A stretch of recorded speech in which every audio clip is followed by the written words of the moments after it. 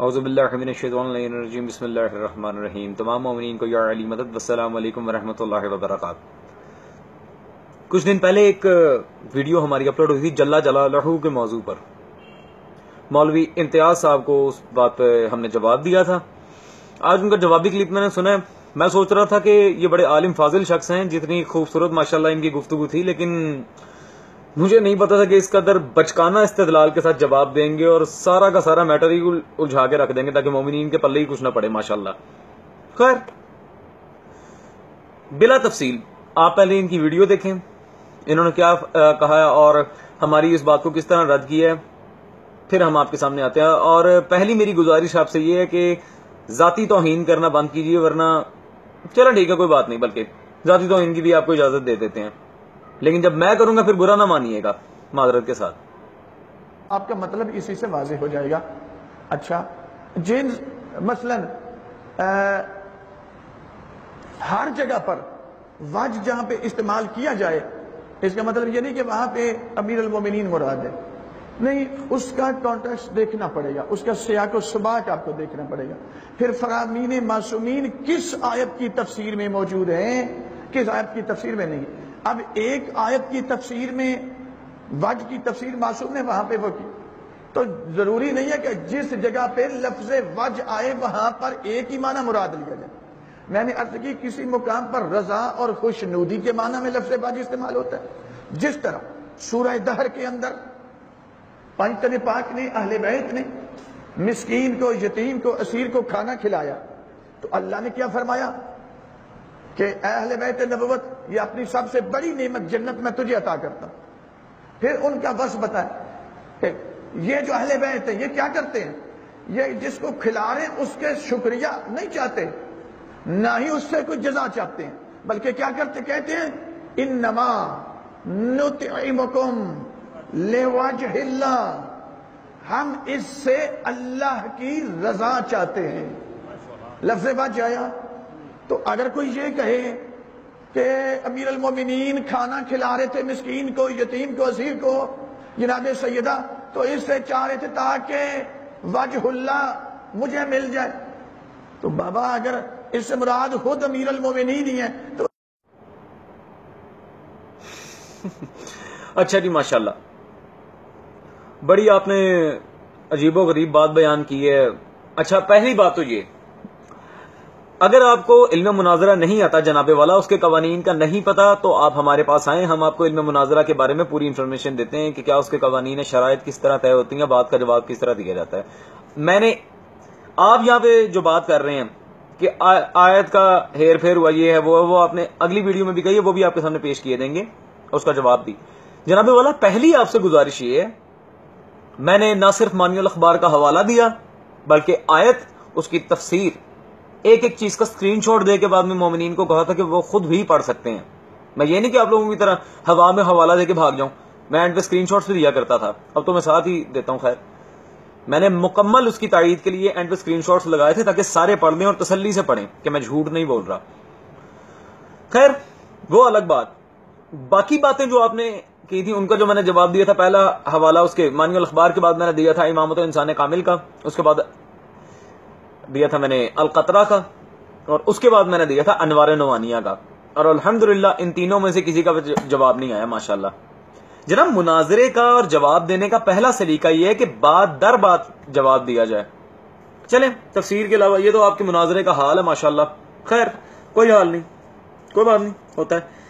آپ نے مفسرین کی ضمانت لی تھی، آپ کی ضمانت کو ہم یہاں رد کرتے چلیں۔ آپ ہی کے مشہور عالم دین علامہ مرحوم سید فرمان علی صاحب کی یہ تفسیر اور ان کا ترجمہ اس وقت میرے سامنے ہے، سورہ دہر کی جو آپ نے آیت پیش کی تھی، اور اس کا مصداق آپ نے آل محمد کو قرار دیا کہ مولا نے جا کے کھلایا تھا کھانا، تو کیا مولا یہ کہتے ہیں میں وجہ اللہ دو؟ بالکل جاہلانہ آپ نے یہاں پہ آ کے رد کرنے کی کوشش کی ہے، اور مجھے افسوس رہے گا کہ میں جس بندے کو جواب دے رہا ہوں وہ بالکل جاہل ہے۔ میں نے صحیح کہا تھا، کتابیں تو آپ لوگ پڑھتے نہیں ہیں، خیر تفسیر کی میں ضمانت دیتا ہوں۔ یہی آیت تھی نا سورہ دہر کی آیت نمبر 8 سے 9 تک کا وسط، انما نطیعکم لوجہ اللہ لا نرید منکم جزاء ولا شکورا، یہی آیت تھی نا جی۔ اب اس کی تفسیر بالرائے آپ نے دوبارہ کر دی. ما امن بایمن فسر برائه کلامی شیخ صدوق کی امالی سے میں کئی دفعہ حدیث نقل کر چکا ہوں. اب مزید تفسیر بالرائے کریں. کئی جگہ تو تفاسیر کا غلط حوالہ دیا آپ نے. کہاں ہے؟ کون سی تفسیر میں غلط حوالہ دیتے؟ مصداق تفسیر ظاہری. پہلے آپ قانون سمجھیں اصول تفسیر ہیں کیا. تفسیر ظاہری کے قانون میں پہلی بات یہ ہے جس شخص کی مماثلت سے آیت آئی ہے اس کا موقع پہ موجود ہونا. تو کیا مولا علی روٹیاں دینے گئے تھے باہر مساکین کو؟ تھا وہ جبرائیل مسکین بن کے آیا تھا. مولا علی جناب سیدہ رسول اللہ یا حسنین کریمین روٹیاں کون دینے گیا تھا؟ روٹیاں پنجتن میں سے کوئی نہیں دینے گیا تھا. روٹیاں وہ دینے گئی تھی جو ان کے گھر جھاڑو مارتی تھی. اور یہ بات بھی میں اپنے پاس سے نہیں کہہ رہا. پہلی بات تو یہ آیت آئی تھی جناب فضہ پہ, آپ نے اسے اٹھا کے اہل بیت پہ کر دیا. اور مجھے ایک بات بتائیں, یہاں پہ وجہ اللہ سے مراد اور کیسے کوئی چیز کس طرح ہو سکتی ہے جبکہ لغت میں معنی ہی ایک ہے. وجہ اللہ سے مراد یہاں ذات ہے, کہیں پہ رضا ہے. یا رضا کا لفظ کہاں ہے عربی متن میں آیت میں؟ پھر وہی غلط بات جس طرح وہ فَوَيَّ إِلَىٰ رَبِّكُمْ تو کا زبان میں لفظ نعمت نہیں, تم اپنے رب کی کون کون سی نعمتوں کو جھٹلاؤ گے. رٹے ہوئے ترجمے ماشاءاللہ لے کے آتے ہیں آپ لوگ, یہ آپ کی عربی کا حال ہے. خیر آگے کیا کہا جائے, ہم آتے ہیں اپنے موضوع کی طرف. اب اس کی تفسیر میں حاشیے پہ بحوالہ تفسیر کشاف و تفسیر برہان علامہ فرمان صاحب نے کیا لکھا جی. جیسا کہ میں نے کہا تھا, روٹیاں وہ دے کے آئی جو آل محمد کی کنیز اور ان کے ساتھ روزہ رکھے ہوئے تھی ملکہ حبش حضرت فضہ سلام اللہ علیہ. اور اس کی حاشیے پہ باقاعدہ انہوں نے لکھا ہے جناب امیر جناب سیدہ زہرا اور فضہ نے 3 روزوں کی نظر کی. اور یہ مولا علی یا پھر جناب سیدہ کا فرمان نہیں تھا. یہ جو آیت کا وسط ہے یہاں پہ جو لاحقہ آپ نے پڑھا, انما نطیعکم لوجہ اللہ لا نرید منکم جزاء ولا شکورا, یہ بی بی نے کہا تھا, بی بی فضہ ملکہ حبش نے. اور اللہ کو چاہیے تھا کہ آل محمد سے کہتا کہ سمجھاؤ اپنی کنیز کو, کیوں ڈانٹتی ہے میرے فرشتوں کو. یہ کہنے کے بجائے جاتے ہی فضہ کو روک کے جنت کی بشارت دے دی. خیر یہ اہل عرفان کے لیے تھا, یہ مقصرین کے لیے نہیں ہے. پہلی بات آپ کی آیت کی جو آپ نے بات کی تھی, آیت کے لحاظ سے آپ نے بالکل میں کہتا ہوں شڑول ماری ہے جی. اور اس کا رد آپ کے اپنے ہی مولانا فرمان صاحب نے کر دیا. خیر اگلی آپ اپنی ویڈیو دیکھیں, پھر ہم دیکھتے ہیں آپ نے کیا گول کھلایا ماشاءاللہ.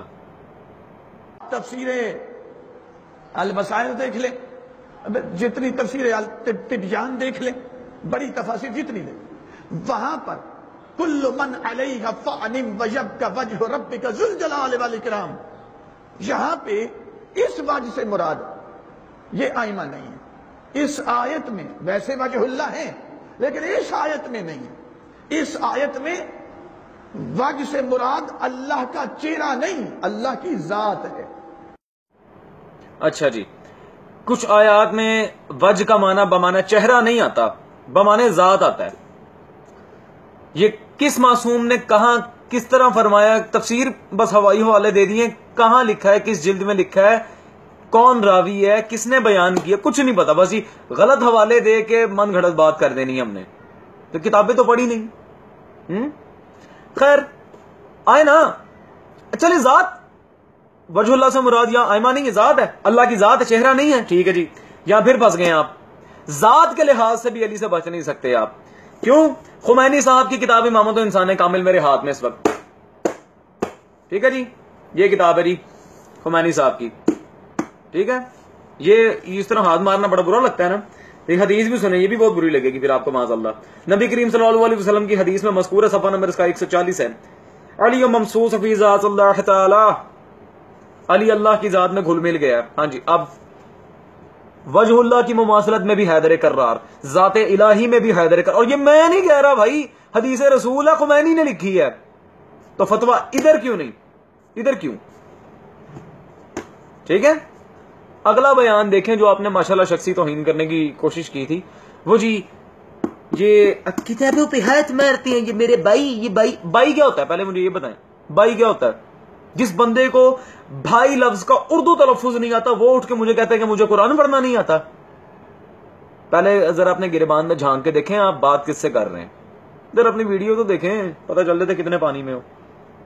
اس کو اٹھا کے وجوب کا وجہ, ایسے وہ ایکٹنگ ہوتی ہے جیسے کوئی اداکاری کر رہے ہیں. بھائی تمہارا کام نہیں ہے, ہماری بھی قسمت ہے اپنی کہ ہمارے مقابلے میں وہ بندے آتے ہیں جنہیں شاید قرآن اوپر سے دیکھ کے پڑھنا بھی ٹھیک طریقے سے نہیں آتا. یبقا وجہ ربکا، پھر کتاب پہ ہاتھ مارنا بار بار اور ایسی طرح کی اداکاری کرنا.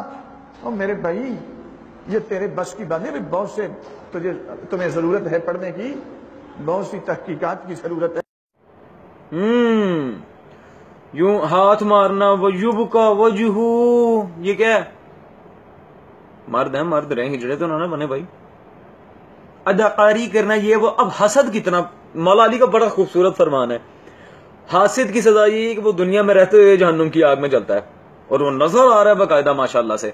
اداکاری کرنا، اور یہ بھائی تیرے بس کی بات نہیں ہے بھائی، یہ کیا ہے بھائی؟ نہیں بولا جاتا، نہ بولا کریں. میں نے پہلے بھی کہا تھا چاند میرا ذرا نیم گرم پانی میں شہد وغیرہ ڈال کے اپنا گلا ٹھیک کریں. اور کتابوں پہ یوں ہاتھ مارنا ٹھیک نہیں ہے، یہ ہے وہ ہے، جبکہ میں پہلے ہی بتا چکا ہوں. مانی الاخبار کا حوالہ میں نے دیا تھا اس کنٹیکسٹ میں، اور نہیں وہ حوالہ نہیں دیکھنا، بس منہ اٹھا کے جو دل میں ہے بک دیا. اور کتابوں پہ ہاتھ نہیں مطلب پھر آپ اپنا رخسار نجس آگے کریں، میں اس پہ مارتا ہوں. اور بڑے نہ ہوتے تو اب تک میں نے آ کے چپکا بھی دیا. تو جس طرح کی باتیں آپ کر رہے ہیں ماشاءاللہ. نہیں، مجھے ایک بات بتائیں، مجھے اب وہ بندہ جگت لگائے گا جو خود چل پھر کے جا رہا ہو تو لوگ کہتے ہیں ایک ذرا جگت جا رہی ہے. نہیں، شخصی توہین اگر کرنی ہے تو میں بھی کہہ سکتا تھا کہ آپ کی شکل اس طرح جس طرح ایک بیچاری وہ پتلی سی بلی سو کے اٹھی ہے. شخصی توہین کرنی، پھر میرے سے زیادہ کس کو اس بات میں مہارت حاصل ہے؟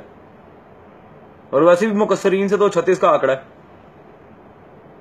اب جو ماشاءاللہ سے آپ نے بات کی تھی قیاس کے لحاظ سے، تو قیاس کے لحاظ سے اب میں حوالہ تو دوں گا، پہلے آپ اپنی ویڈیو دیکھیں. اور اس سے پہلے پنجابی کا نا ایک بڑا خوبصورت مقولہ ہے، تاڑا منہ تاڑیاں چپیڑا. نہیں سمجھ آئی؟ ابھی سمجھاتا ہوں، اپنا ویڈیو دیکھیں پھر بتاتا ہوں. اور اس آیت کی تفسیر پہ لا کے منطبق کر رہے ہیں. تو جناب قیاس کس کو کہتے ہیں؟ اسی کا نام تو قیاس فقہی ہے. اور قیاس فقہی میرے چھٹے والا فرماتے ہیں، ایک شخص آیا جس کا فتویٰ چلتا تھا، وہ قیاس کرتا تھا. میں اب اس کا نام نہیں لوں گا. میرے امام فرمانے لگے میں نے سنا تو قیاس کرتا ہے. کہا ہاں مولا. کیا کیوں کرتا ہے؟ کیا مولا جب مجھے کچھ اشتراک یا مشابہت مل جاتی ہے تو اس بنا پہ اس کا حکم اٹھا کے اس پہ بھی لگا دیتا ہوں. تو امام فرماتے ہیں کہ قیاس نہ کر. ان اول من قاس فی الاسلام فہو ابلیس، جس نے اسلام میں سب سے پہلے قیاس کیا اس کا نام ابلیس ہے. ابلیس نہ بن. یہ پھر جب کچھ نہ بن پائے تو جھوٹ پہ آئے. اب دیکھیں ذرا، میرے پہ قیاس کی تہمت لگا دی ہے، جبکہ میں تو استنباط و استخراج مسائل اور علم اصول فقہ کا منکر ہوں. تو میں قیاس کس طرح کر سکتا ہوں جو کہ اس سے بھی گئی گزری چیز ہے؟ اور آگے سے قول معصوم پیش کر دیا جی میرے لحاظ سے کہ میں معاذ اللہ اس قول کا نشانہ ہوں. ان اول من قاس فی الاسلام فہو ابلیس. بالکل قول ٹھیک ہے، لیکن اب یہ دیکھنا ہے کہ آپ کے بڑے بڑے مولوی حضرات بالآخر کیا کہتے ہیں قیاس کے لحاظ سے. ظرف نقوی کا تو نہ مہدی بحر العلوم کا پتا، نہ شیخ طوسی کو پتا، کسی کو نہیں پتا.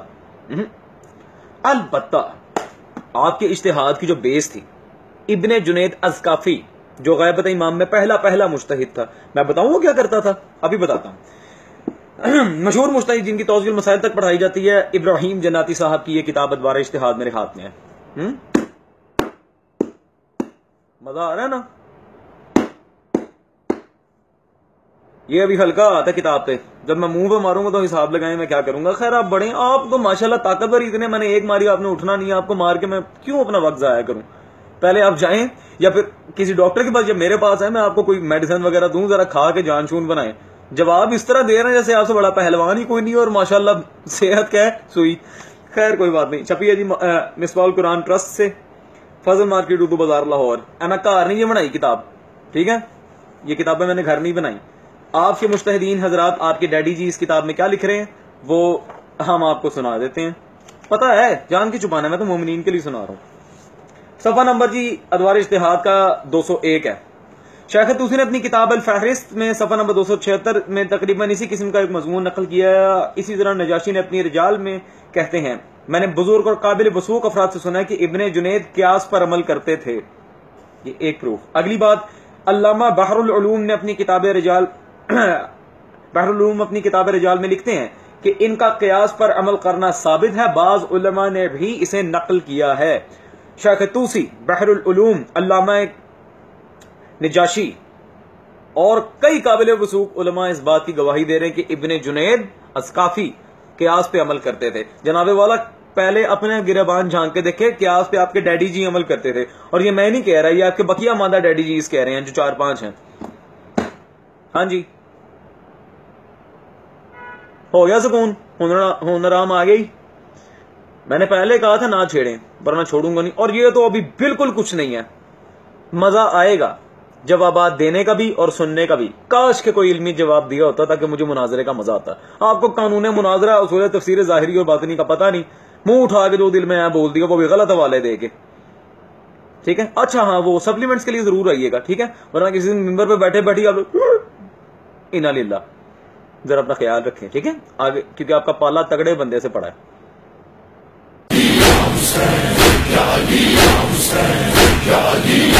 آواز محمد کا اثر ختم نہ ہوگا، آواز محمد کا اثر ختم نہ ہوگا، تھک جائے گا سورج یہ سفر ختم نہ ہوگا۔